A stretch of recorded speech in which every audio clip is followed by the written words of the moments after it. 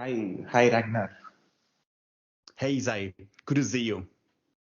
Thanks, firstly, for coming to my show and accepting my request to be on my show. Yeah, absolutely happy. It's a pleasure. Thanks for having me. So I thought to tell about the work and the work that you're doing to my audience. So Yes. can you please introduce yourself? So I'm having multiple hats. One hat is my day-to-day job, my bread and butter job at Quest Software. I'm a partner channel manager for the German-speaking region, Germany, Austria, Switzerland, where I'm selling our software through our partners to the end customers. And the software is usually around cybersecurity and migrations to Microsoft and to the modern workplace. And my other role is my MVP role, where I'm sharing my knowledge around also the modern workplace. And here I'm awarded in year number 5 as a Microsoft MVP for Office Apps and Services, which is Microsoft 365. So what made you to become MVP? Yes, that's a good question. So there are multiple ways how you can contribute. I think there are currently around 20, 25 categories. Mostly I share my knowledge around Microsoft 365 with our bi-weekly Microsoft Teams news show, which I'm hosting together with Alexander Eggers. It's a video live stream. We are streaming live to our social media channels and having interview guests. And we talk a lot about use cases. We demo many things around the Power Platform. But it's all, yeah, so usually it's around Microsoft Teams news and the ecosystem. That's my contribution area number one.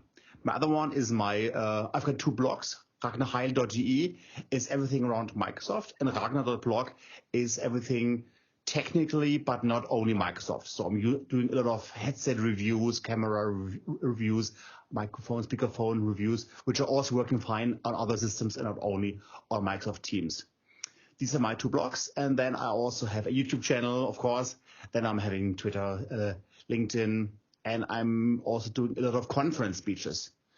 I don't have to mention that I didn't do so many on-site conference talks since the last 3 years, but now it's wrapping up. And I think in 2022, when the pandemic is a little bit not so strict anymore, I also had the chance to talk on stages, I think 5 times, 6 times this year. But in the last 2 years, it was mostly in online conferences.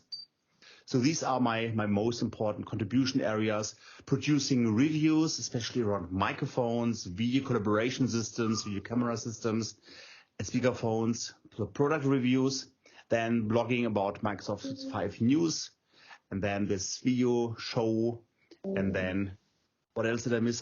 I also have a podcast, which is audio only, and that's something what I really enjoy. This combination of so many different ways how you can contribute, which feels so different. So for me, it feels different when writing a blog post or being on stage and talking to the audience or making a live stream versus doing a product review. So I really enjoy it so much. You have 24 hours like any other person. So how you are able to do multiple different things? Yeah, I get this question quite often. I would say that I'm reducing a lot of things which other people spending a lot of time. So yes, I also have an account at Netflix and Amazon Prime, but I don't watch so many series. So I spend a lot of time, especially in the evenings when I'm not working, to also catch up with my YouTube channels and then learning also new technical things. So I really love to learn, and that's something what I'm doing in my spare time. So not so much into classical series, but yeah, that's something which inspires me a lot.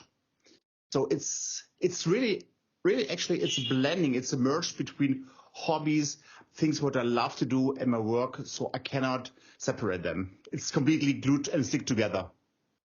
So you are using all the three communication mediums: podcast, YouTube channel, visual, sound, and also text. You're blogging. Yeah, exactly, absolutely. So how you are able to like you are doing your full-time job? Can you tell more about it? Yeah. So it's uh, um,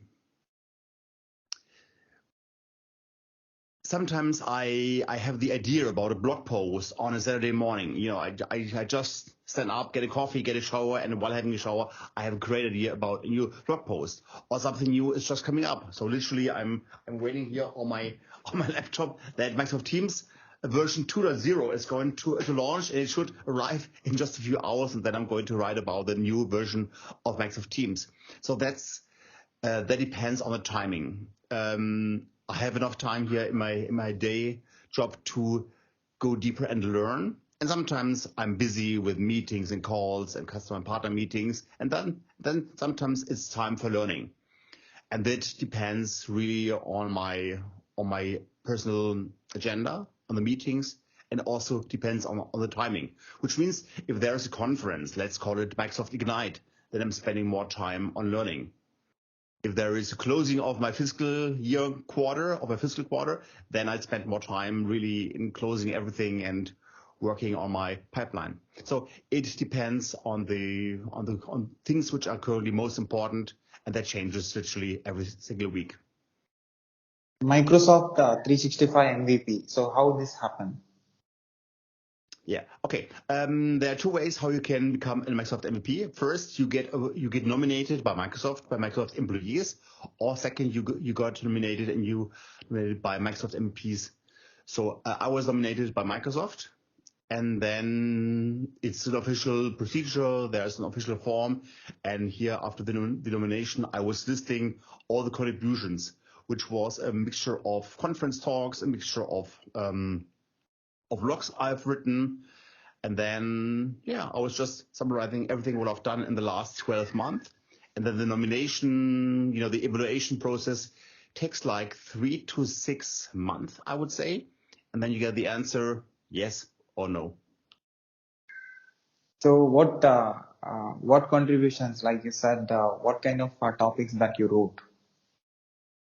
I started, so I'm an MVP now in year 6. I think with the first MVP, the most of the content I produced was definitely around SharePoint. So I had a nice blog post called SharePoint Nuggets, where I was sharing every single blog post which came up from the community, and I was sharing the best of what's happening in the SharePoint world. So that was my start. Then 1 year later, Microsoft Teams was really huge, and I moved more. I'm not moving away from SharePoint. I'm still working a lot and deeply with SharePoint, but my focus of writing and talking about was actually Teams, because it was more innovative.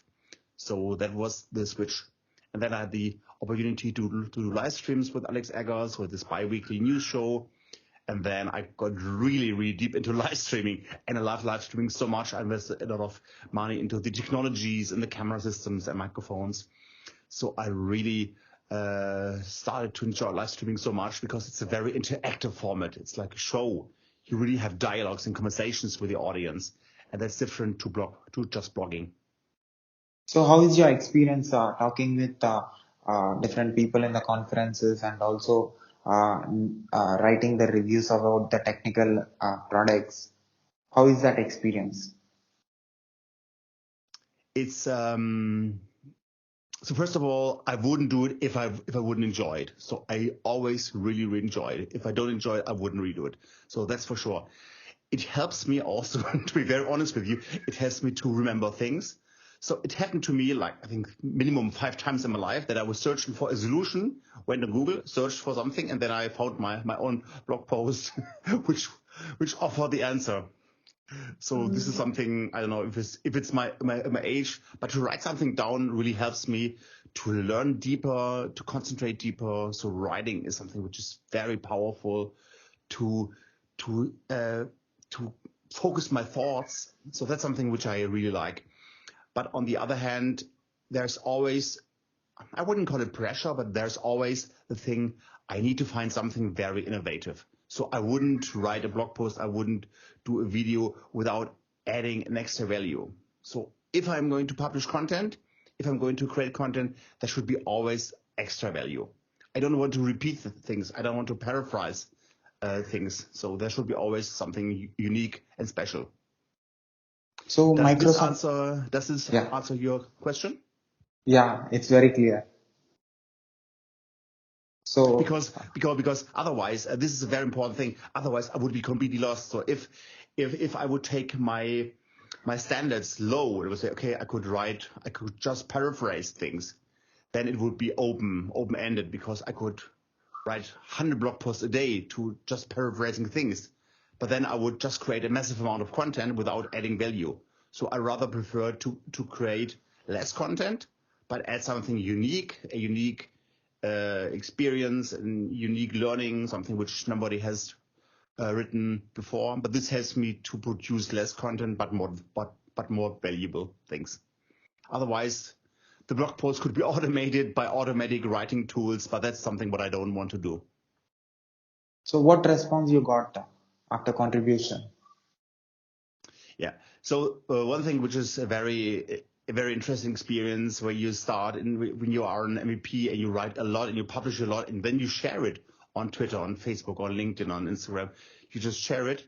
Then sometimes it happens that you go to conferences, and I know a lot of people, but at each conference, 10, 20 people come to me and say, hey, Ragnar, great blog post, thanks for sharing. And I don't know their names. So that's something which is always a strange experience when they know you well because of your blog posts or videos, and you don't know their name. You haven't seen them before. So that's something which is still strange. But it's a very satisfying thing, especially if you can really help them. So I got feedback from customers who said, listen, we weren't sure if we should pick this solution, and then we saw your video and we read your blog post, and then we have decided like 4 years ago to go to Teams or to use Yammer or whatever, or to use SharePoint. And this was the best decision what we have made in the last 5 years. And these are things which are very satisfying to me, when you really help to shape a decision and to make something, and you go into the right way, but you are on the journey of people. You are on the journey of companies. That's really satisfying. What is your driving force which is making you do these many things?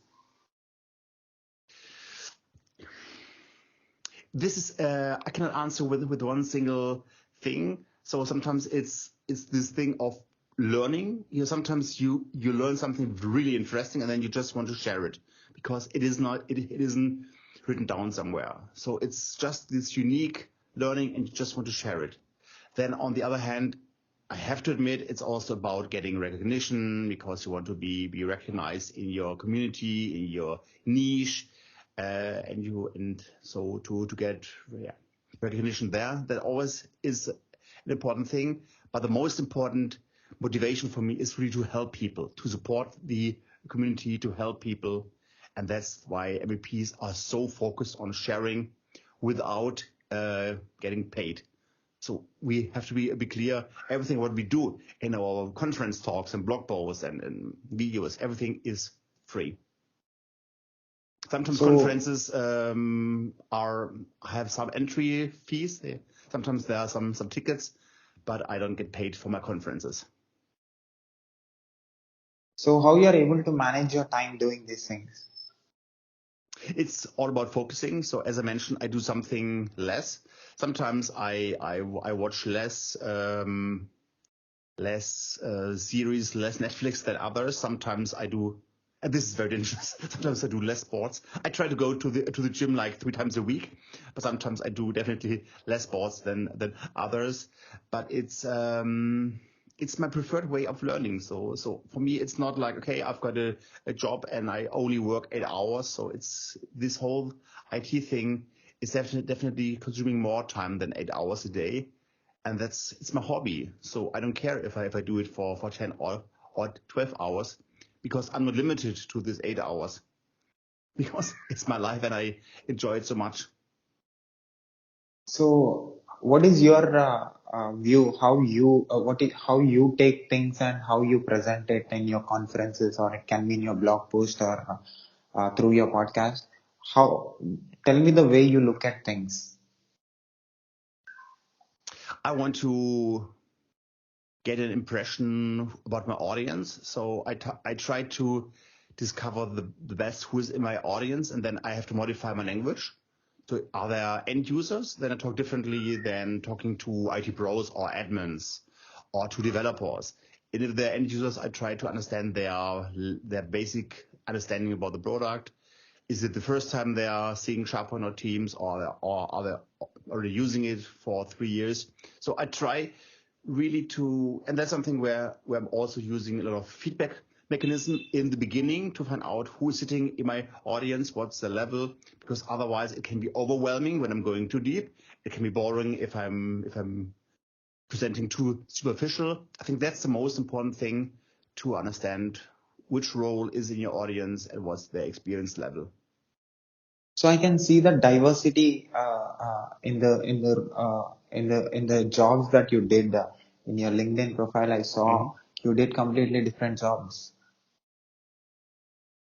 Yeah, exactly. So I left university in 1999. I've got a master and MA in social science. Then, when moving from the social science study in the university here of Heidelberg, Germany, I moved into an organizational developer role in an IT consulting company. But from this IT consulting company, I was more attracted than about everything around document and content management, because they were producing for their customers content management solutions. So I started in this organization developer role, which was very close to my study. But then I went deeper and deeper into the projects and got more attracted by this thing called DMS, CMS, document and content management, portals, e-learning. These topics were huge in 2000, and are still huge 22 years later. And I haven't done something else. So I moved from there to a Dutch company who also produces or still produces content management software. And with this Dutch CMS vendor, I left in around 2007, and then I moved into a Norwegian search engine company called Fast Search, which was the leading and the best search engine for enterprises on the planet. And this company was acquired by Microsoft in 2008, and that's how I joined Microsoft in 2008, and I was aboard as Microsoft employee for 11 years. 6 years ago, I left Microsoft, now working, as I said, for Quest Software. But that was my journey to Microsoft through this acquisition. So, what do you say about the evolution that you observed in the technology? Sorry, could you please repeat your question? In this 20 plus years, you saw the evolution of the technology. What do you say about it? Oh, okay. Who? Well, the biggest change for me was always the move to the cloud. So I spent a lot of years classically on premises. So I think from 1999 to 2012, when it was my first Microsoft BPOS contact. So BPOS was SharePoint and Exchange in the cloud. So BPOS was something. Sorry, I need to figure out when it was created. So this was my first cloud contact. So BPOS was the first cloud solution for Microsoft in 2010, and that was the biggest part where I moved away from the on-premise world to the cloud world. I think this was the biggest change. On the document management part, these are still more or less the same topics. So the current SharePoint environments has got more or less the same main feature, the main topics like we had also 20 years ago.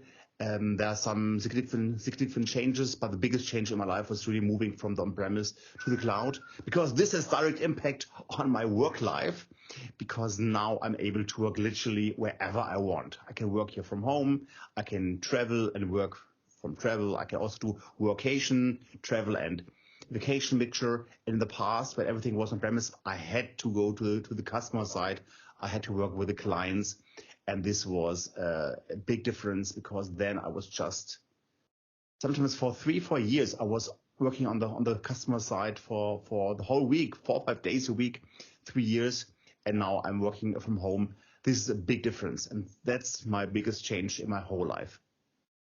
Any particular experience that you cannot forget? The thing. So when when I was a consultant and really worked on premises on the customer side. The learning was extremely deep because you were on the customer side the whole week and you went extremely deep, but only with one single product. So in this time I was only specialized, let's say, on SharePoint. I didn't do something else. I was just working 7, 8, 10 years only SharePoint. Then you are extremely deep. You're reading log files and you know how to read the log files and you know how to fix things when they're not running and you're patching servers. And these are things what I'm not doing now. I'm not reading log files anymore. I'm not patching servers, but everything is now bigger because it's not only SharePoint. It's not only OneDrive and not only Teams. There's also the Power Platform. There's also the whole Microsoft Viva experience, and also looking into the other clouds from AWS and from Google and see what all the others like Salesforce are currently doing. So for me, everything is now more exciting because on the one hand, I'm still very technical, but not so technical like in my on-premise times, but now looking into the bigger picture and also into the other cloud players on the market, for me is very satisfying and very interesting. So what is the difference that you are observing before and now, before 20 years and now? Well, I'm now much older, and one of the biggest things is that definitely I'm far more relaxed. When I was younger, everything was new, and we didn't learn it in school, we didn't learn it in university, or I didn't learn it, and so everything was just very, very new. And if I look now into my day, what I'm doing every single day, a lot of things are not new. Yes, sometimes you meet new partners, sometimes you've got a new product on the Microsoft side, but the day is not so new every single day. It's still a lot of fun. I really enjoy it. But when I was really in my early 20s and then you were visiting the customer for the very first time, you were really in a very new situation. So that's something what I'm currently seeing. And I also spent a lot of nights awake and learning for my new customers. So really spending like 3-4 hours every single night, because you knew the next day there's a customer workshop, an important presentation, and you just have to work hard to make it a really good presentation or a really good workshop. And that's now different. I don't spend so much time anymore for the next business day. You're working on Microsoft products as well as you are also saying about Microsoft products through your mediums. You are creating content and you become the most valuable professional doing it. So working on Microsoft products and telling about Microsoft products, how is this? Yeah, it's a wild mixture, a wild ride also, like a roller coaster. Sometimes you find your favorite product, like I found SharePoint, I found Yammer, and also now Teams, which are great products, very robust, very reliable, and they're always growing and developing. But sometimes you also find products which are disappointing, where you say, listen, this is not ready for the market yet. It should stay half a year longer in the oven and finish and finalize baking. So yes, as an MEP, I'm very biased, and I have a large a heart beating for Microsoft products. But it's not like black and white that I love everything or I ignore everything. I also look a lot at left and right. I also have iPhones and MacBooks here, and I also use non-Microsoft products like Salesforce. So it's not that I'm only in 100% Microsoft Cosmos, but from the product range, Microsoft offers the product range where I have the most knowledge. And it's not only about the tools where I have the knowledge over the last 20 something years. It's also the community, the people, the customers, the partners, and the employees, which makes work really, really interesting and fascinating. So attending conferences, talking there, and is completely different from uh, uh, explaining about a Microsoft product in a blog. So how do you? It's So how do completely. you? How if you compare yourself in both the things? What do you say? Yeah, if you are on a conference stage, it's so it's so energizing because you feel the room. Sometimes people in the room, 5 or 10 people in the room, and then you can just talk to them and create example where okay, this example fits to this person and this example fits to this person. So you really have conversation in the room because you see them, and then you can walk around, jump from the stage into the room, talk with people, and that's something which I really enjoy.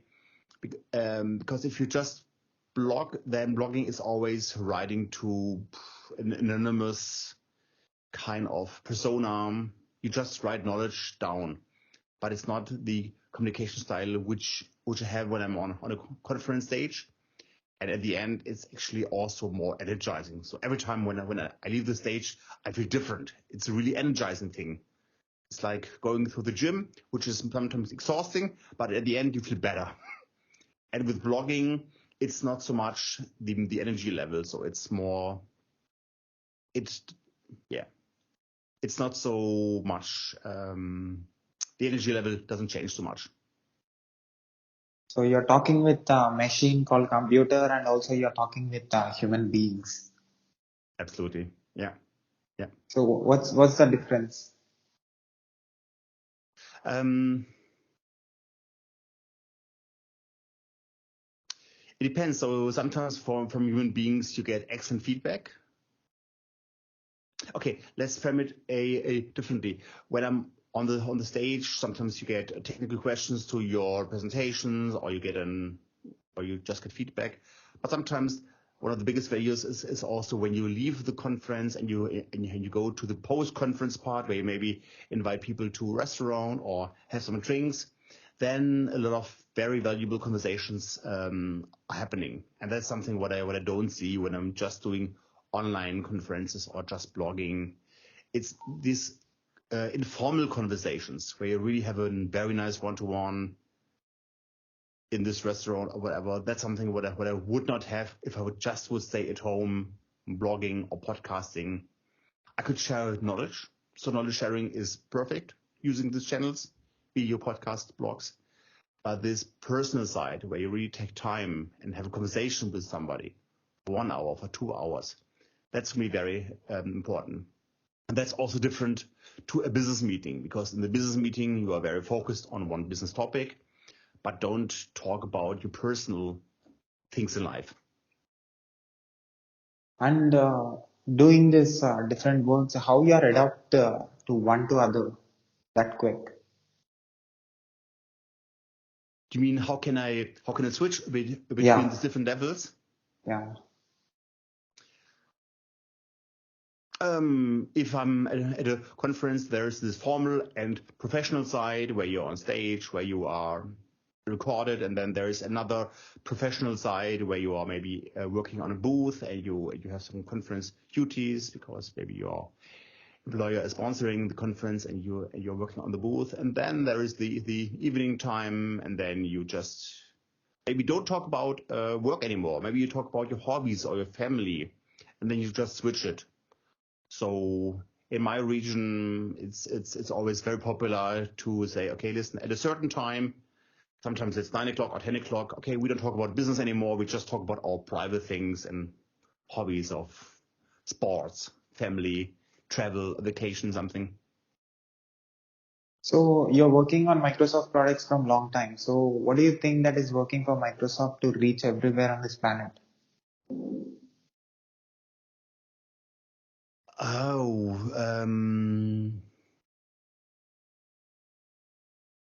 I think Microsoft is very, very open and very keen to really always find changes. So sometimes the changes are always overwhelming. When customers and partners get new products, the changes can be overwhelming. But this amount of speed and the willingness to change is the key to success. I think Microsoft is one of the very few companies who sometimes really celebrate the change. They're really cutting away things, and sometimes they're cutting away great products, great tools. But this way of don't be afraid of cutting things and moving things, and really are not afraid of doing radical changes, also layoffs. I think that's something what Microsoft really helps to survive and also always grow and be stronger year by year. So you contributed to Microsoft and you helped people in understanding about Microsoft products. So what Microsoft did to you? Well, when I was working 11 years for Microsoft, they were paying my salary. Okay, that's for sure. As an MVP, I'm not getting paid for any kind of my work. So everything what I produce, the blog post, the podcast, the videos, everything is for free, and I'm not getting paid. What I get from Microsoft is a lot of meetings and calls where we get content under NDA about product news, product roadmap updates, which others maybe also see 2, 3, 4, 6 months later. So it's always this advantage of seeing things first. That's something which is very exciting. On the other hand, we get direct access to the Microsoft product group. So if we have a special question for us, for our customers, then we can go with this question to Microsoft program managers who are leading the developers and the product development. So that's something that is a key, which is very precious. And this sometimes really helps because you're talking directly to the people who are producing the products. And then there are also these MVP conferences. I don't have to mention that in the last 3 years, nothing really happened. So everything was virtual, very well organized, but I haven't been to these MVP conferences since the pandemic started. But that's also a great value to have an own MVP conference. And then we have local groups and local meetups here. So it's all about seeing and meeting the other MVPs, sharing content between us MVPs, and then also sharing the knowledge what we gathered to the public world. But then the NDA needs to be revealed. So at last, the embargo needs to be lifted. That's the way. awesome. So at last, what do you say to the MVPs or people who wants to become MVP for watching and listening to our conversation from anywhere on this world? Yes, becoming an MVP is the most important thing is that you don't have the objective, the target to become an MVP. The most important thing is to really have in mind to grow and to lead a community. So it's not about creating a massive amount of content. It's really about a community. Yes, when you create a community, you also can produce a lot of content in the different ways, as I just mentioned. But it's all about finding niches where Microsoft also cannot enter this niche, but you are maybe in this niche. Maybe you have the talent to open a new niche, to attract new audiences, what Microsoft cannot attract. And this would be the right space to create a community. And then in this community, then it's the time to produce content and share content. But this is one of the most important messages. It's not about individuals creating only content. It's also about the whole thing of growing together. And growing a community means creating a space where people can grow and learn, and also not only, it depends where you are. Sometimes people are in a very early stage. Maybe they just came from university and they are from their professional education, and then they want to get into the Microsoft system. And if this community helps them to get into a job and then go and grow into the job and learn, this would be a big value. Others are sometimes in the job since 10, 15, 20 years. Then they need something else. But it's all about growing together in this space called community, which is a mixture of online and real life on-site space. But that's what it's all about, helping others to grow together in this crazy times with multiple crises. I think now it's more important than ever to learn together, to learn and connect and grow together, because the challenges in the future are so huge and so demanding that we cannot solve them individually. We need to solve them in a community. Awesome. So as an MVP, as a person who's into technology and as a person who's into Microsoft products, what is your observation about my work and about my questioning skills? Oh, I think you are on the right way. I think we need people like you who are on the one end very experienced around all the DevOps topics, but also have a huge cloud experience with the AWS. So I think it's very important to bring people with your experience where you're not doing Microsoft since 20 years. You also have a different background. That definitely makes sense. And I wish you all the best on your way to become an MVP. So talking with experts like you who are already in the industry and who are solving different problems and handling different projects and attending different conferences and contributing through different mediums, talking with experts like you, what I'm going to learn and how I'm going to use this knowledge Yeah. in my role. Yeah.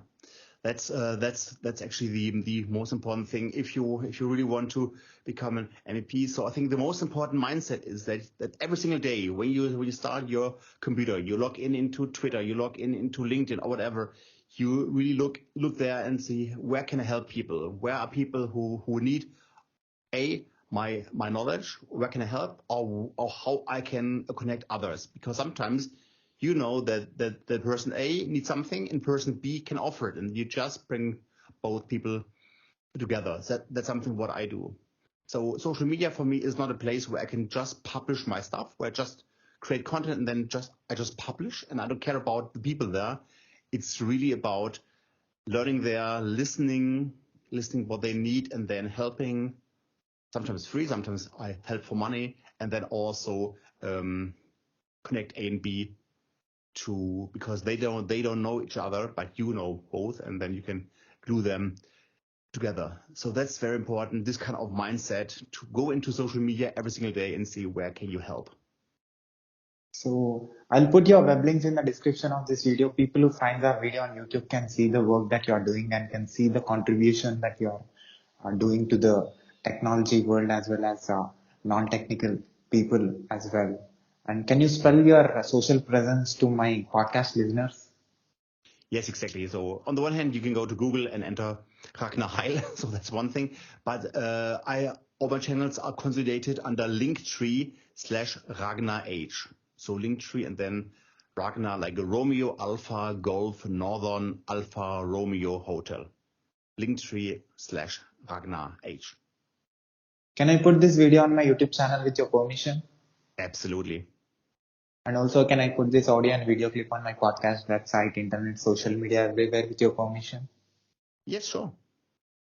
Thanks, Ragnar, for your valuable time and keep going, keep doing, and keep inspiring people like this. Super. It's a pleasure. Thanks much for having me and to be a guest in your show. Thank you, Thanks, sir. Sai.